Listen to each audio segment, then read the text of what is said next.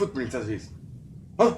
What was that noise? Hello friends and family and followers, and welcome. And today I got some more gaming news for you. Let's jump straight into it. Firstly, I want to talk about Kepler, publisher, and Sandfall Studio, which is the studio and the publisher behind Clair Obscur 33. It sold 3.3 million copies in 33 days. This is crazy.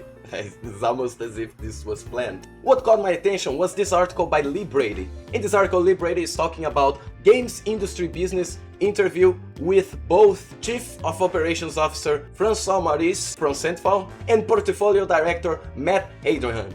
This is a very interesting interview and very extensive one. I recommend you guys read it. But let's jump back into Lee Brady's commentary about this interview. He claims that while Clair Obscur does have some merit in its originality, art style, and design philosophies, that we must also not forget of how Xbox and Microsoft helped with boosting this game. So first, let me talk a little bit more about this interview. This interview is very interesting because both Kepler representative and also Sandfall's representative, they talk about their stance in the games industry and how they want a safe, stable growth, a safe approach, and they don't want huge bloated budgets just because they have one successful game. Kepler heads claims that they have a firmly belief in focusing on strong games, creative ones that are focusing on delivering something more and not chasing trends, doing a copy of what's already been existed, especially because you always arrive late when you're doing that. And Sandfall also mentions they don't want to expand their team for their next game. They want to keep, obviously they will increase their size, but they don't want to do something ludicrous like increase 10 times their size. No, at maximum they will double their team, but it seems that their plans is like increase 40% of the team headcount. So I personally love this approach, and I think this is the right way to approach both game publishing and game development. Now back to Lee Brady's perspective. He thinks that this article gives too much praise to Kepler and Sandfall without giving praise to Microsoft. He claims that Microsoft has helped a myriad of games to get that final push into being published and having relative success. I don't think Microsoft has done a great job of marketing this game either. He claims that he got to know the game from Game Pass and that his interest in playing the game was from Game Pass. And granted, I know that Game Pass will attract some people that wouldn't otherwise play the game, but you can also argue that Game Pass will make some people that would buy the game not buy the game. Obviously, we don't have a data for this, so it's up to the developers, up to the publisher, up to us customers to kind of decide what we think is best in this scenario.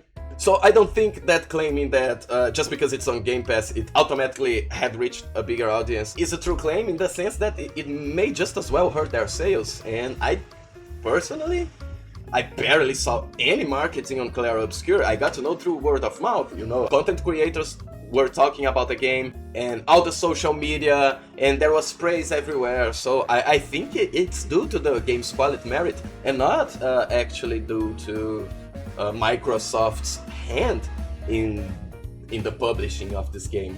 Some comments in Lee Brady's article seem to agree with him, while some others seem to disagree. I think it was even crazy that he had a lot of people agreeing with him in the comment section. Tell me in the comments what you think of this. Do you think that he's right and Microsoft actually helped? I personally don't think so. I think Microsoft barely made a dent, and obviously it's a big platform that definitely, undeniably, help it reach a bigger audience, but I don't think it's worth mentioning. Now my guys, this is the reason why I always, I don't know if I have said this before, but you guys should always do your own research. I try to bring the news here about things that I love and things that I kinda am more well versed, and I try to link the news and digest them and make them make sense, but it's always good if you go out to have your own information and form your own opinions. Why am I saying this now?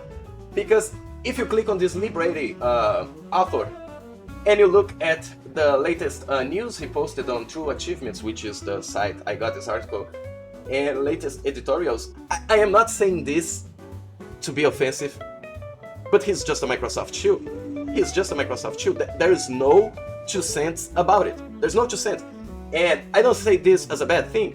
The guy's just playing the game. He somehow managed to got himself in a position where he writes pro Microsoft stuff, pro Xbox stuff to be more precise, and he managed to have his income, and that's it. The man is just playing the game. I think it's just good to actually look and research, because he has a lot of articles just praising Xbox stuff and basically doing advertisement for Xbox Game Pass services. So I guess he was just doing this job and trying to write and try to pull a little bit of that praise for Xbox. I also want to mention two things about this interview. Firstly, although it's a very cool interview and I really enjoy reading it, there is one strange thing. The interviewer keeps asking the developers like, but yeah, your game, the lines between AA and AAA are very murky, right? Because your budget's probably a AAA budget. It seems like he's downplaying the team's success. Like, oh, you just made this success because your budget's huge, right? So there's this fallacy in the industry that huge budgets mean great games and great AAA Hollywood-esque games and with big productions and a big result. And what we have seen is the opposite. A lot of these games have huge budgets and they end up being worse than games that have 10 times less than their budget size. So, to explain to this interview, because yeah, probably he thinks that what makes a game AA or AAA is just a line, a number that when it changes, oh, you're now AAA, no, you're AA. And I don't think it's about that. I know the origins of these terms are basically that, but let me propose a different take. I think Sandfall and Kepler are AA studios because they want to expand with responsibility. They want to expand in a way that is sustainable. They want to expand in a slow pace and keep doing the great games they already can make. Obviously, they said they want to make their team a little bit bigger, but it's not like they want to be the next GTA, and I think this is the right approach, and I think this is what separates a AA mentality from a AAA mentality. They are going for stable growth, they are thinking about the developers, and they are thinking about making great games for the customers. Not only that, they are thinking about making great games that they would themselves play. The other thing I want to talk about in this interview is that Shuhei Yoshida is mentioned here. Shuhei Yoshida is the former president of Sony Interactive, and one of his jobs, it seems, is working as a consultant for Kepler Interactive. And it's funny because he said that subscription models may ruin the games industry. While I may agree with him on that take, yes, I think there are a lot of dangers in the subscription-based models that both Sony and especially Microsoft is providing, but he claims that Sony models is actually healthier. So let me explain. I think he's talking about a developer perspective. He's saying that Sony is healthier because Sony does not publish their huge titles, their main flagship titles, right away on Sony's subscription model. I think that's actually very anti-customer, obviously looking just from a customer perspective, but I think he's talking about the developer perspective where the game has more sale potential when they hold it off a little bit before releasing on Game Pass. To be fair, I actually can see what he's saying, and personally I wouldn't mind Game Pass not having releases on day one, because that's not what I signed up for. It's more the idea of having subscription-based model with a huge library of games. I think it's cool, but I also think that there is a super valid discussion about how dangerous this subscription-based model, especially for Microsoft, which has a huge potential of developing a monopoly here, and with games increasing in their initial release prices, Game Pass might be even a more tantalizing option. And I don't know what this will cause in the future, but we have to be wary of how much power we are giving them, definitely. But to come and say that Sony has a better subscription model just because they don't release the game day one on their network and therefore this is the reason they are better, come on, it's completely out of touch. So this is it, my guys. Tell me in the comments what you think. Do you believe that Microsoft actually helped Clair Obscur with its release? Do you think they pushed the game to boundaries they would never reach had they not released on Game Pass? What do you think? Tell me in the comments about it, please. I'm curious to know. Lastly, I want to point out that in the same interview at GamesIndustry.biz, when Maurice was being asked about the whole AA, AAA budget thing, he said that the game probably cost less than Mirror's Edge or Vanquish.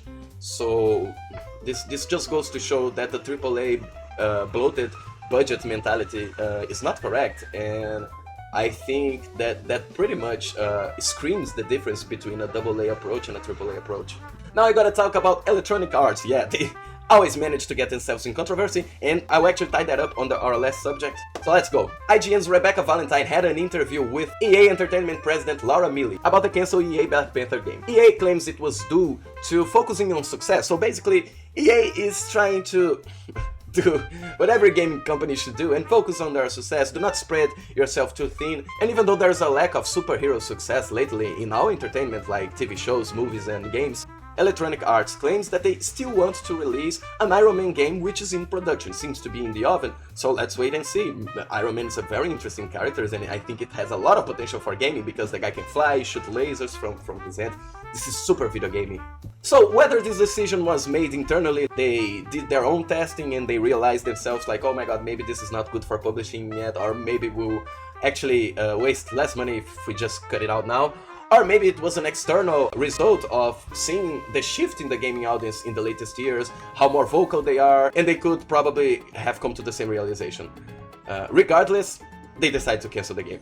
Now, this ties up to the last subject I talked about. Electronic Arts has a clear AAA mindset. They always try to go for the biggest game, the biggest money. They need to earn all the money that is possible to earn in the gaming industry, and they want their gamers to purchase everything.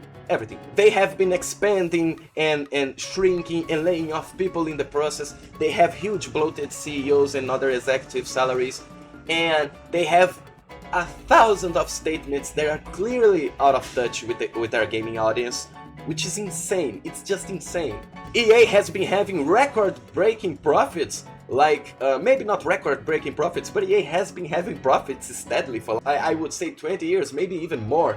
And they have been having like just record layoffs. What the fuck is that? So it's clear that the executives are just passing the weight of their bad decisions down to the developers and down to the low-level workers of their companies. And they are just treating this like disposable workforce, not taking into account how much this can affect a worker's life. I know layoffs are common, but there has been a clear unsustainable. Lots of people have been pointing out for years how unsustainable this model is, and the layoffs are an example of that. And not only that, this model hasn't been successful. They have plenty of games that are unsuccessful. For each successful game they release like 4 more unsuccessful games. It's clearly not working, this strategy. And to top it off, after Rebecca's posted her interview on Blue Sky, she got a reply from senior encounter designer Patrick Wren at Respawn. He replied that morale is an all-time low at Respawn. Well, what do you guess? We have been seeing this trend of unsustainable growth, no care for your employees, CEOs cashing in, and not only CEOs, many executives in the company cashing in big heaps of money, and in the end we are seeing these do not bring results, and this is completely unfair to the rest of the workforce. The CEO doesn't take any accountability and responsibility for their failures. If I would say so myself, most of these big company executives are just grifters stealing money from their investors, and nothing else, because they don't fool us, they fool the investors. And this is a clear example on the difference between a AA mentality and a AAA mentality. You can see on the interview how the stance of Kepler and also Sandfall is wildly different from EA's. And that just goes to show that yes, it's pretty easy to tell the difference between a AA and a AAA. It's not just about the exact number of budget, but also the mentality of not trying to expand, of not trying to be a game that needs to sell $20 billion, otherwise it's going to crash and it's not going to break even. It's ludicrous. At least this paints a hopeful picture that there is more and more growing space for AA's in the market. Not only for the opportunities of publishing and development tools we have in the market right now, but also how the public sentiment is way more receptive towards AA games, because the public, I would say right now, understands the gaming industry way more than we did 10 years ago. Now, talking about game successes, I want to talk about Dragon Age Veilguard. Voice actress Alex Wilton Regan. She told IGN that fans either wanted the game to fail or BioWare to fail. She also claims that it's idiotic to judge a game, book, TV show or film before it releases. This is crazy. At first I was going to give her some leeway, like oh, okay, she's a voice actor, so maybe she doesn't understand a lot about the gaming industry. Maybe that's why she is a little bit astonished that the game failed. Maybe she thinks it's because of the hate. But then she tells me that you can tell that about a movie or a TV show, which I would guess she has a better knowledge. One can clearly tell if a project is going to go bad based on his past experience, his knowledge of the field, and how much information there is about. If a studio is constantly changing its developers, if a studio is going in development hell, it's missing its deadlines, and this is just a technical analysis of what's happening. We can also, our opinions may vary, but we can look at trends. If a game is going for the Fortnite aesthetic, that's a bad thing right now. So if a game announces itself using Fortnite aesthetic, people are already put off by that. So it's not about being an idiot and trying to scream that a game will fail just because we want to. It's about our experience with the game, our knowledge, and a myriad of examples. It's not like this industry is 10 years old, it's 50 years old. We have a lot of examples over the years. It is completely ludicrous, and I was feeling a little bit sorry for the actress. She couldn't understand a lot of why the game had failed, and she had a lot of love for the game, so I can understand that. But to come and claim that you can predict that a piece of entertainment is going to be bad based on past experience and your knowledge on the field, come on, this is a completely brain dead take, I'm sorry. If someone cannot look at Marathon, Fair Game $, or Concord and tell that these games are going to fail, if one cannot look at Anthem and tell that this is not what their audience wanted, Mass Effect Andromeda, which was rushed into development, and many BioWare games were rushed into development, but the straw was breaking the camel's back, and this has been happening for years. She just came late to the party. Her first appearance on the Dragon Age series was Dragon Age Inquisition, so we can already see she's pretty late to the party. This is just a defensive stance which tries to bring positive to everything, and they can't look critically at their product and analyze why is it bad. And I have more information that may shine a light on why Dragon Age was so bad and why they steered into that direction. I also want to add that if hate was a powerful weapon for internet users, then Kingdom Come Deliverance 2 and also Baldur's Gate 3 would fail. I think she's probably, when she's talking about the hate, she's probably referencing culture wars arguments. But Kingdom Come Deliverance 2 and Baldur's Gate 3 had a lot of controversy regarding their DEI politics, and they were right in the middle of the culture wars, but they are fucking good ass games, and most people didn't care. It's not about the buzz of the culture wars, just as the same as the console wars. We are at PC, it's not about that, my man. It's about being critical and buying stuff we think it's worth. And that game wasn't worth it, my girl. It's true that having great mechanics not necessarily leads to success. I completely agree on that. But to say that the game failed because of online hate, what do you think? Do you think she's right? I don't think any of you would think that she's right, but tell me in the comments what you think about that. Lastly, she claims she just wants to see folks at BioWare thrive. I hate this kind of statements. She's implying that everyone that didn't bought the game or expressed their opinion negatively about the game don't want BioWare to succeed. Excuse me, have you played Jade Empire? Have you played Baldur's Gate 1? Have you played Dragon Age Origins? Have you played Knights of the Old Republic? Come on, I am a huge BioWare fan, but I'm sorry, if they aren't releasing good games for 10 years straight, well, I won't be the one trying to save them. And their lack of success might be actually explained on an interview that David Gator gave to Games Radar Plus. He claims that Electronic Arts viewed its established RPG audience as cave dwellers that would buy anything that they release. This is insane. Obviously, it's just a claim, but I can already see how most of you can picture Electronic Arts executive saying that. And he claims that he constantly tried to push for established mechanics and things he thought made the game successful. After all, he's the co-creator of the series.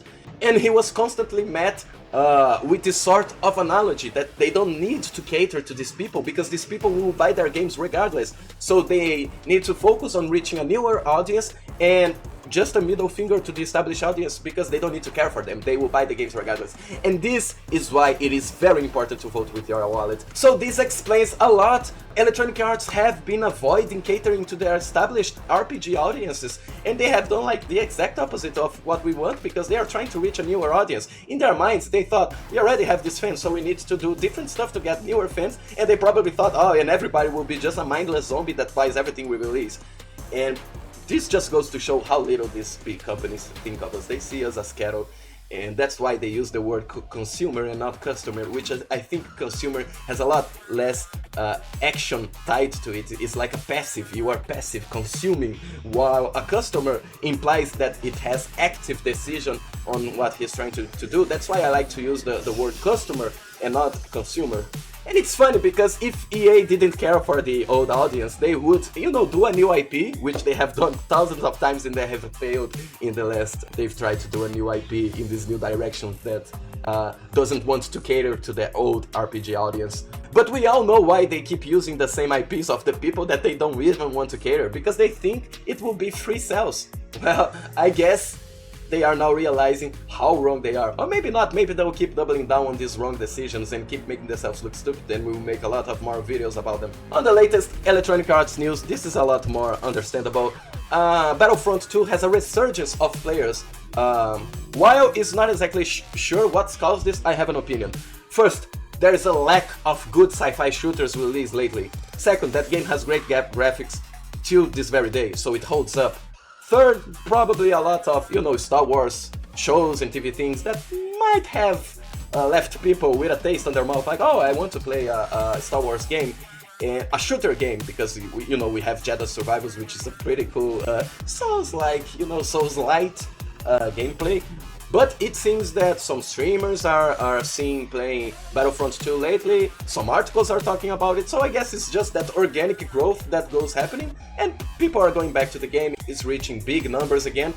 But there's a problem, as always with Electronic Arts. But to be fair, the game is old, and there's a lot of hackers now, especially with the increased population. And as I said, it's understandable. EA has released this game a long while ago, but again, wasn't the whole point of going live service to have an easy money? So if they just invest in this game and release new content, new single player content, new multiplayer content, I think people would buy it. But they have so many bureaucracy, I bet they won't move a finger and they will miss this window of how slow they are. I guess that's it, guys. I wish this video helped you understand a little bit more about the AA and AAA difference and approaches, and tell me in the comments if you agree with me, if you think that AA and AAA is more a mentality set rather than how much budget you have. And that's it, I hope you have enjoyed, please leave a like, subscribe for more, and I'll see you on the next gaming news! Huh? Whose footprints are these? Huh? What was that noise?